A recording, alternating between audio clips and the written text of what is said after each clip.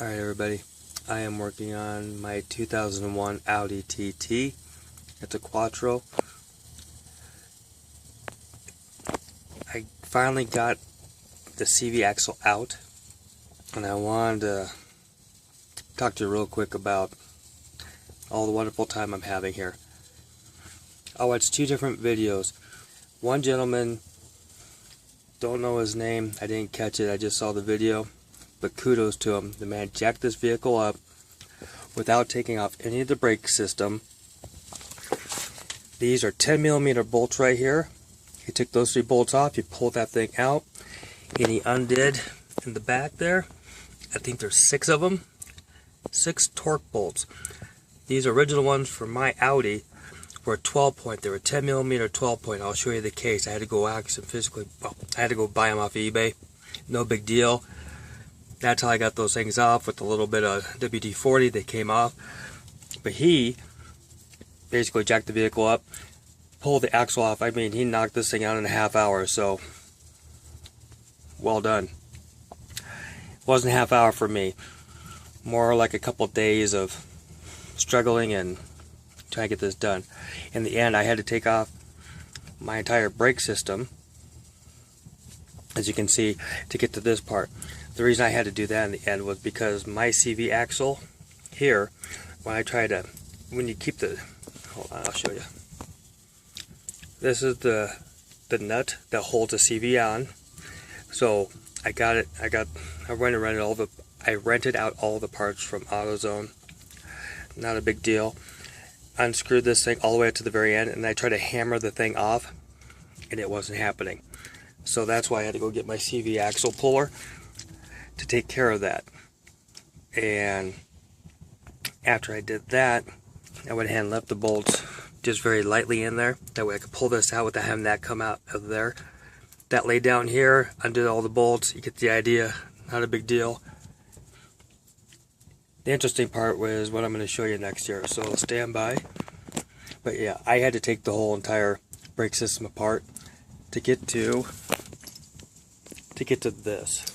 I mean, basically, you know, idea. That goes in the end.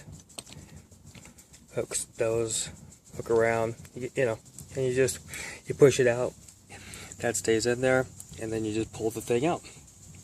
So, I'll show you the parts I rented and everything else. Give me a second. This is what I rented from AutoZone to pull the bolt out. It's a 30mm here. That was with a little finagling and a lot of WD-40. That one bolt came out. Got the other side. That was a little bit easier.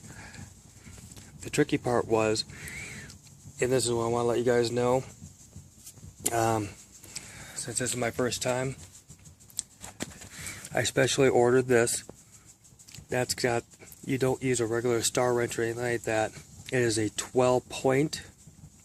Well, I had to use a 10 point. I had to use the 10mm, the 12 point 10mm to take off this screw. So there's your 12 points. Those were the original ones from Audi. The new ones that came with the parts from AutoZone, not good, not bad, not putting it down, just saying, they're hexagonal. The only difference I'm finding with these is on the the ones from AutoZone are a little bit shorter than the regular bolt size. So I'm going to use the original one from AutoZone, the original one that came on the car, to put it back on, just so I get a little bit of extra grab to it. Otherwise, I'm sure everything is good. According to Audi, either one will work fine torque-wise, so I don't know if it's even a matter to worry about. But I'm just going to go with the original one to put the original ones back in. I just want to let you know that I did need to order specific ones from there, and then you had to use so if you decide to use the ones that came with the part, it's a hex, what is this, 8mm? Yeah, 8mm hex bolt, no big deal. I've got one, so I'm going to go ahead and use my original, the 10mm 12 point, to go ahead and re-put these back in. And the only thing that the notes are telling me is as you put this thing back in and you bolt that thing on, as it's being bolted on, you need to hold this side and secure it so it doesn't have any you don't break anything internally. That's the only thing I was going to let you know, is be careful when you return it and put it back in there, that everything is being secured. Besides that, it wasn't a half-hour job for me. This is more like a few-hour job, like 4 or 5 hours. Maybe it's because I wasn't able to jack it up and just get underneath it and just go to town on it. So I'm trying to just think of anything else. Just my big deal was the bolt size.